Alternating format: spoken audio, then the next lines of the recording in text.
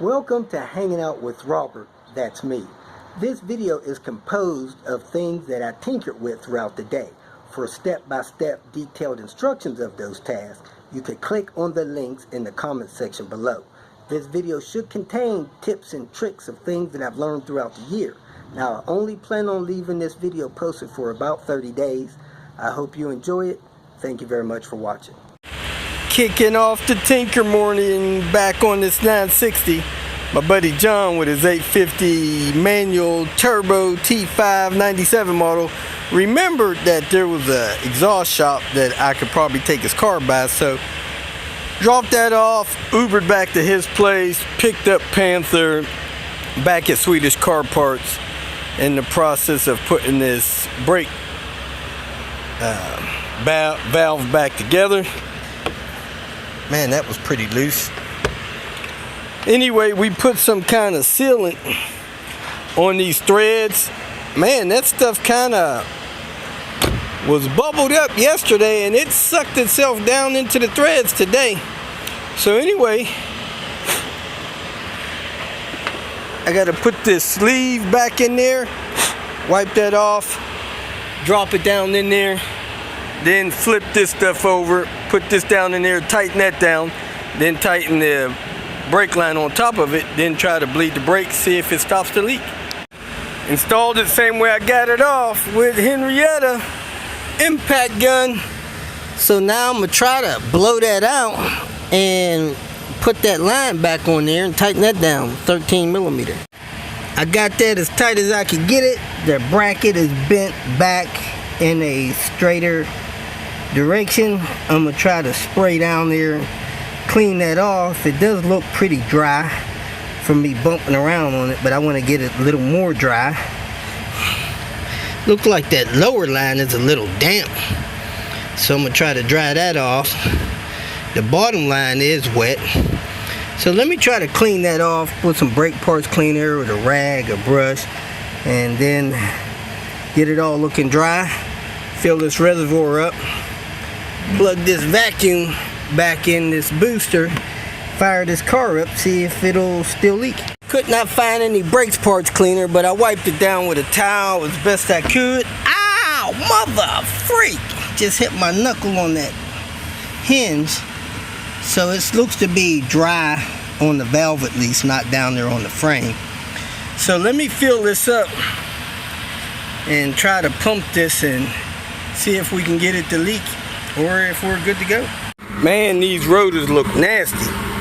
Don't look like the pads hitting them right. It's got two bleeder pins, which is strange, but I bled both of them on the other side. I'm gonna bleed both of them on this side till the fluid comes out clear. So let's go ahead and get this side started. Using this 4x4 as a pumper. Wish I had brought my power bleeder. I'd probably almost be done by now. It'd take me less than half the time. Brakes are feeling good. We got bled, one to go, but we're going to replace the control arms, so I'm gonna go ahead and do a video on that. In this video, we're going to replace a front lower control arm on this Volvo 960. Most of your Volvos do not have upper control arms. They're held in place by the upper strut mount. So we're going to replace this control arm. You can see there, it is torn out. You got a bolt there, a bolt there. This has a cast nut on this side. I've sprayed this stuff liberally with a penetrant, and then we have a bolt down there with a pin in it. So I'm gonna pull that pin out, pull that bolt first at 17 millimeter. Try to get this one out, then get that one out there. First thing you want to do is loosen your lug nuts, jack the car up, put it on the jack stand, remove your wheel. First thing I did was took that pin out. I had to straighten out the bent over edges. Then I had to wiggle it with the pliers and tap it out. Wiggle, tap, wiggle, tap, wiggle, tap. Finally got it out. Now I'm gonna hit this 17 with the impact. We're doing part match, and it seems to be lined up pretty good. So we're gonna slide this one in. The lower one's a Volvo one. This one is made in Taiwan. We know they're good at making Volvo parts, and it comes from AutoZone. So to get this out of here, it was real hard getting the ball joint loose. Sebastian helped me. He pried on the ball joint while I beat it with this hammer, and it finally popped loose after about 30 slugs. Then we pulled the other nut from back under there, pried that down, and got this sandwich out of there. But before I did that, I did have to pull this 17 out of here and knock that control arm down and out of there. So we're going to go back in. The first thing we're going to do is spread that open, put that sandwich in there, start that bolt, start this bolt, get this ball joint in and tight. Then we'll load the control arm with a floor jack and then tighten these other bolts, because it has specific instructions in the package. Let me see those instructions in the package. Little white sheet. You got it in your hand, man. Avoid premature bushing wear. Do not fully tighten bushing until suspension is at ride height. That means you gotta jack it up at ride height. Sebastian pried this brace down for me so I could get this back in there. Then I tapped that up in there with a hammer, put the bolt in, and I almost snugged the bolt down, but it's not. So now we're gonna put a floor jack in and jack this up so that I could get the bolts in here started. And then this actually went in super easy. So I got the nut and washer for that. We're cruising right along. To load the control arm to tighten your bolts, you want to jack it up at the ball joint until it comes off the jack stand. And that's going to be low. You see that as he's jacking it up? It's twisting that. And that's about to fall off of there. A little bit more. One more. That's ride height right there. Hold on a second. Let me move this. See if I can move this. Damn, it won't come out. I gotta edit all this out. Jack it up a little bit more until we get that out of there.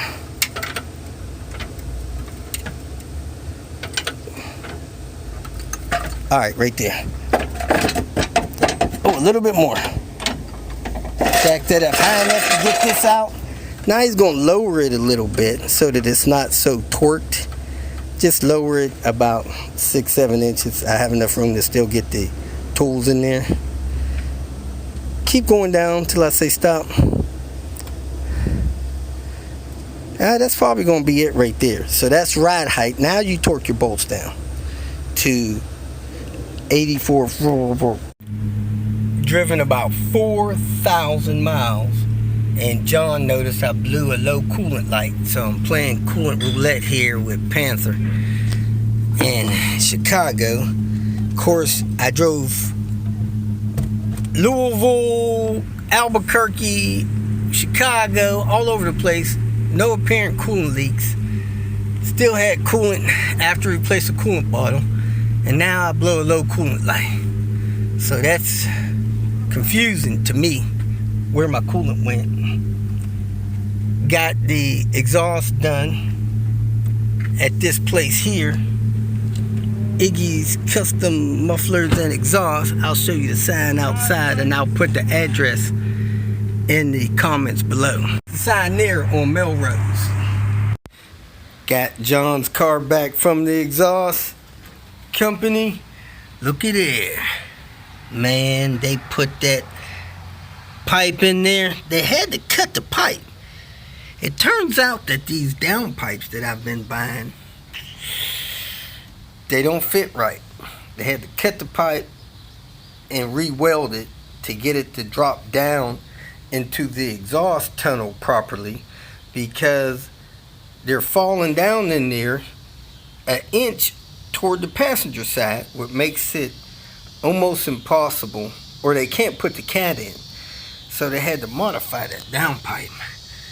However, John verified putting that downpipe on and getting the exhaust fixed, replaced with the original piping behind that catalytic converter has really opened this car up. He thought he was getting ripped off with all of his tuning stuff, 19T and everything. He says that he feels that this car is just about as fast as Panther. And he doesn't have a tune on it yet. So we're getting ready to install the wideband on there so that he can do a pull to send to Vast Tuning and get his tune going. This car will probably be as fast, if not faster than Panther, man. It's a sedan, it's a little lighter, doesn't have so much junk in it. He's got the IPD anti-sway bar. He's about to have some fun. So we're getting ready to go ahead, hook up his wideband, hook up a couple more gauges that he wants connected, and keep this thing rolling. He's got this glow shift adapter that bolts on to your oil filter housing and gives you 4 ports. He's going to put oil temp and oil pressure in 2 of these ports. And man, be ready to go to the races. Sleeper beauty. I think the exhaust shop also put the wideband sensor in there. So I'm gonna look, see if that stuff's been installed, get that stuff hooked up, plugged in, and go from there. The exhaust shop, they did me a good deal with tying my wideband connection there. That was awesome. However, they slanted my wideband and O2 sensor the wrong direction. This wideband sensor should be pointing down 15 degrees. It's pointing up maybe 5 degrees, and then the O2 sensor is pointing up maybe 10 degrees. But these other wells look great. Looks like they got the V-band clamp on there. And then back down the other way. They put a pipe there. Got rid of that joint. They said that joint was just a mess. So it's solid the rest of the way back. That'll have to be cut if it ever needs to come out. However, we don't hope it ever does, because John's thrilled the way it's performing, and it's nice and quiet. He wanted it quiet. So I'm going to cut my wideband plug loose here, run it up the way I need it, retie off the sensor wires, and get this stuff cracking, get this wideband installed. Sebastian was right behind me. He said this wheel here was bouncing like crazy. Just now I was looking for something. I happened to look back here, and as you can see, that strut mount is torn totally out, and it has actually pushed the floor of my car up and bent the bracket. I need to deal with that tomorrow. These HDs are tough. Houston, I have a problem. It might have broke that board.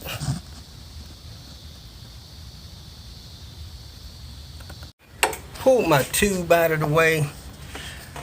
I do have my wideband stuff wired up. I plugged in the plug. I secured it.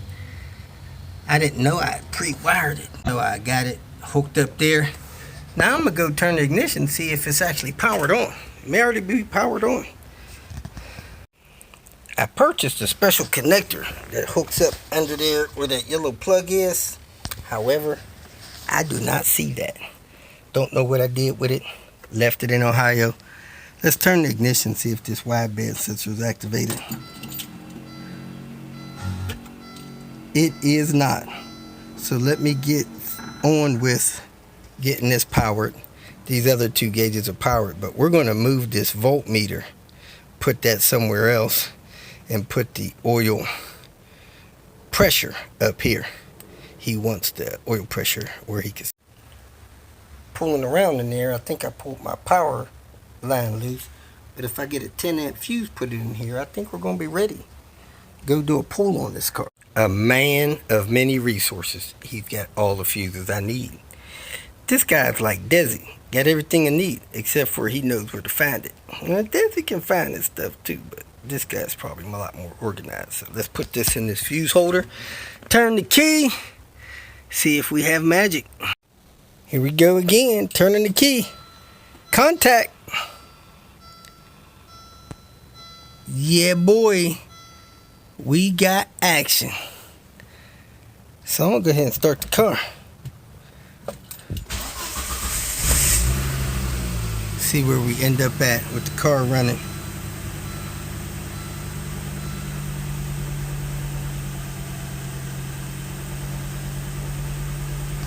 I don't know if that's a fake reading or real reading. Mine isn't that steady. When we hit the gas, it should fluctuate. Oh, we got a check engine light, folks. Not sure where that came from. Oh, I don't have the turbo intake tube on, the mass airflow sensor connected or nothing. Let me cut this back off. If you feel that this information was useful, please like it and share it with your social media friends. You can subscribe to my channel so that you will get notifications of future videos that I post. You can follow me on Twitter, and if you need to contact me directly, please visit my website. And if you have any questions, leave them below, and someone or myself will reply to them. Again, thank you very much for watching.